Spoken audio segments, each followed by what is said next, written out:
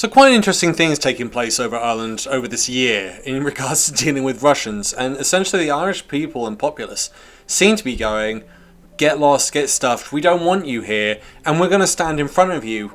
And as you can see in this picture, which I'll go into a bit more detail about later, we could see that there are a large part of the Irish population not very happy with what the Russians are currently doing in Ukraine. This goes all the way back to 29th of January 2022, where Irish fishermen stood their ground against Russian warships. The Russian Navy had decided that they wanted to do some naval training just off the coast of Ireland, and the Irish fishermen were not happy about it. It's our backyard, it's where we make our living and our livelihood. Concern here in Castletownbere, a fishing village on Ireland's south coast, that Russian naval drills could pose a threat not only to the safety of fishermen, but potentially to the environment and fish stocks. We're worried about what damage this live fire might do to the fish stocks and the marine life. And there's whales and dolphins out there as well, and it's bound to interfere with them as well and frighten them. It'd frighten me if a bomb went off alongside me, so it's bound to frighten them. When the Russian embassy got wind that the Irish fishermen were going to go out to sea, things heated up, and frankly the Russian embassy insulted the fishermen, which infuriated the Irish fishermen. And here's one talking on the radio about the insulting language used by the Russian embassy. Are you aware of that? That the Russian embassy is saying, well, the Russian embassy is saying your behaviour is reckless. How is it reckless to go out in a boat and protest peacefully to say, you are not welcome in our waters? How is that reckless? They're saying it's not true. How is it reckless that I'm not even going to entertain any Russian embassy or any ambassador whatsoever, Joe? I'll tell you, this is directly to that gentleman there. Yeah, but if anybody tries to impede my freedom of movement in Irish waters, well, they're international. then they're going to be in trouble. They're going to be in trouble. I'll come back to the statement from the Russian ambassador. He said... I have no relationship with the Russian ambassador. I know. I'm a free citizen in Ireland. He has no authority over me, and I take his threats as an insult. Well, he wouldn't. That's my answer to him, okay? That's my answer to the Russian ambassador of Ireland. I take his threat as an insult, and he should withdraw it.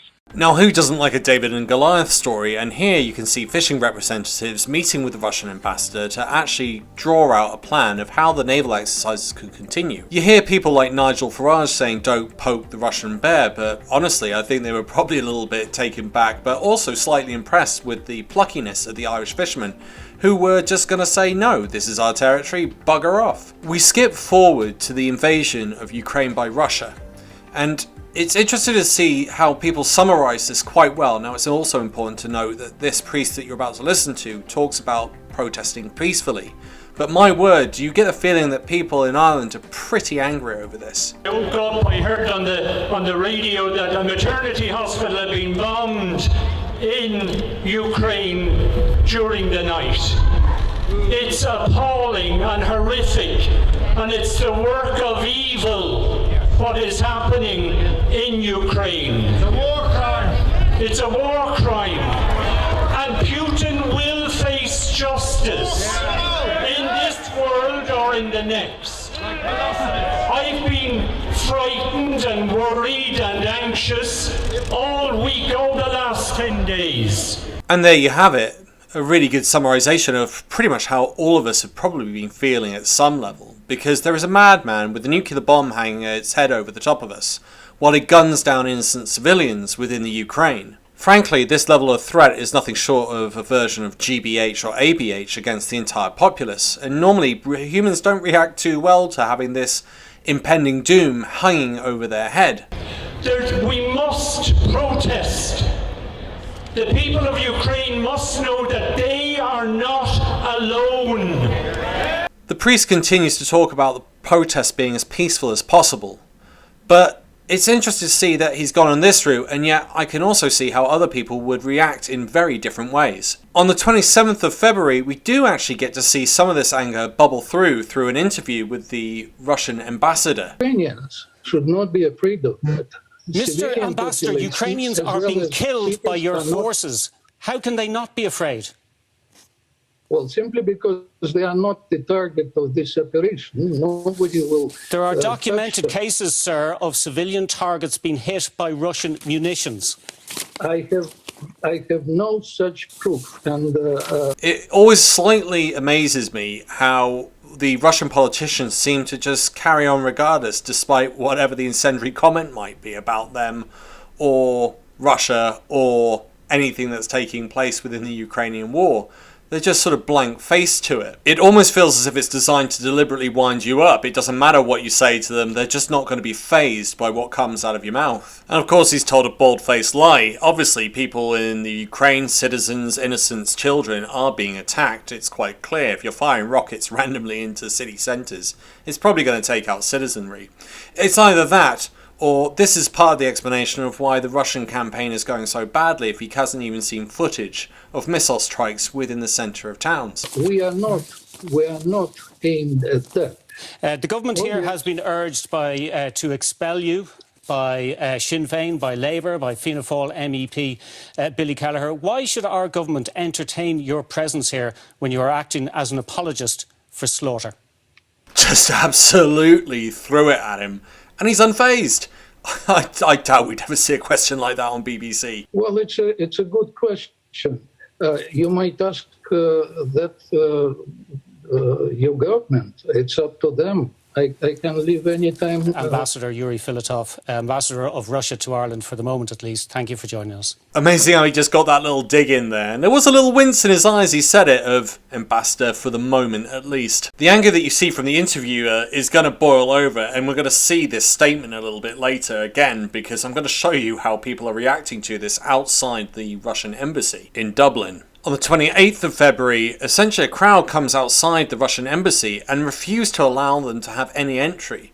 You also see the police trying to usher them on, but we're also starting to see people covering the front windscreen, which is obviously a very dangerous situation for the Russian ambassador.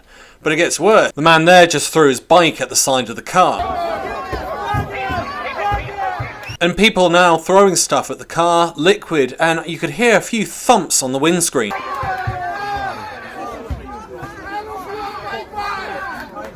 We could definitely see an escalation in tensions, but it's going to get worse and better at the same time. Have a watch of this. To give you some context, this is outside the Russian embassy, again in Dublin, and a man has just smashed through the gates of the Russian embassy. In the background you can actually see a police car just sat there watching this unfold.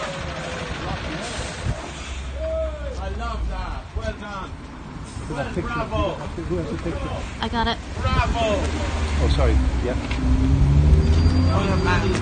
Well done.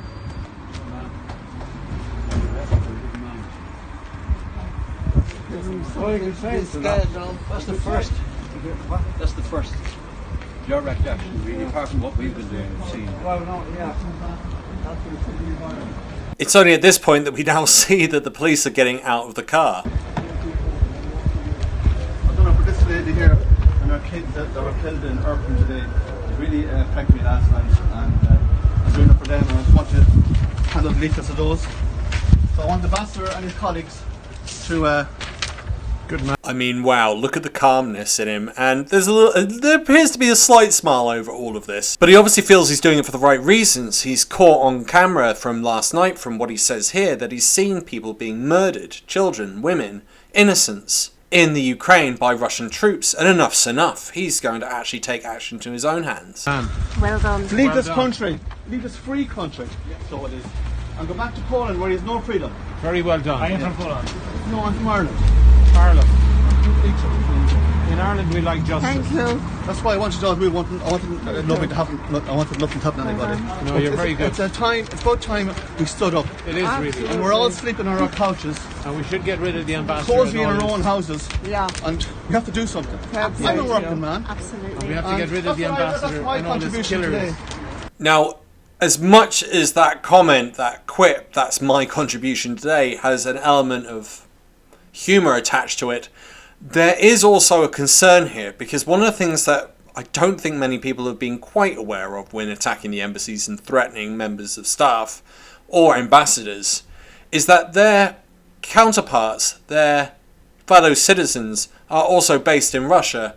And let's face it, Putin's a bit of a madman. There's every chance he's going to unleash some neo-Nazis upon embassies within Moscow or other parts of Russia. And I'm glad I done it. And I'm going to be arrested now shortly, so you can let the cameras know that that's why I did it. We stand with you. Will you give us your name, please? Desmond Wisely. Desmond Wisely. Wisely. We stand with you. We will keep supporting you. Desmond, well done. Yeah, no bother, yeah. I have to arrest you, unfortunately. The police officer has just said, I have to arrest you.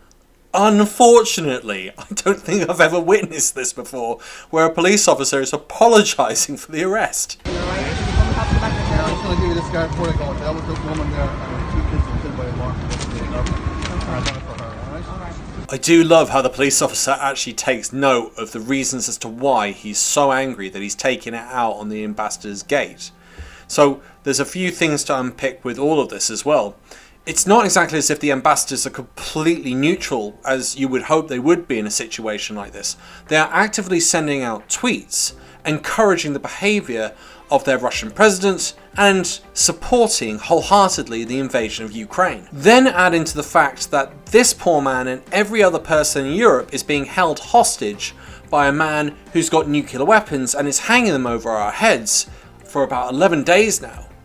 On top of that, he is firing guns, missiles and everything he can possibly get his hands on at innocent civilians and trying to take over a sovereign nation. It doesn't really get much worse than this. I don't mind it, lads. What time of the rest of Ireland done there? Well done, Desmond. You're here. Send the ambassador home. Bravo. Yes, that's what we want. The Russian embassy then tweeted this on March 7th, 2022 at 1:30 p.m. A large truck came over to the gates of the embassy, pulled back and torn down the gates of the embassy. The incident took place in the presence of guard officers who stood idle. But then it gets better. The embassy strongly condemns this criminal act of insanity directed against peaceful diplomatic mission. So obviously their English isn't very good. You've seen a number of grammatical errors already throughout all this. Either that or they're extremely stressed out and concerned that they're probably going to be chased out of the country. The embassy views this incident as a clear and blatant violation of Article 22 of the Vienna Convention on Diplomatic Relations of 1961. The embassy is in contact with the Department of Foreign Affairs of Ireland, demanding the Irish authorities take comprehensive measures to ensure the safety of its staff and their family members. The incident is cause of extreme concern. We believe that no people of sound mind can support such senseless and barbaric actions. Yet, as you heard earlier, the ambassador at the same time is saying it's perfectly fine to invade a country and murder people without prejudice. Now, to add on top of that, the Slovenian consulate was bombed by what appears to be a cruise missile in Kharkiv, and the Russian embassy said nothing about this. With responses like that from the ambassador and the stirring by the ambassador, there's little to no wonder that people are getting upset, especially with the threat of a nuclear bomb over the top of their heads and witnessing fellow human beings being shot en masse. I'm sure we all hope for an end to this war, and I'm pretty sure the majority of the world is now hoping for an end to Vladimir Putin, in whatever way that may come. But boy oh boy, has Putin really made a mistake, and boy oh boy, do you not want to ever upset the Irish population. I want to say a big thank you to my Patreon supporters. It really helps the channel keep on going. If you'd like to support the channel, there is a link in the description. If you buy me a coffee, that's even more appreciated. Thanks for listening and bye for now.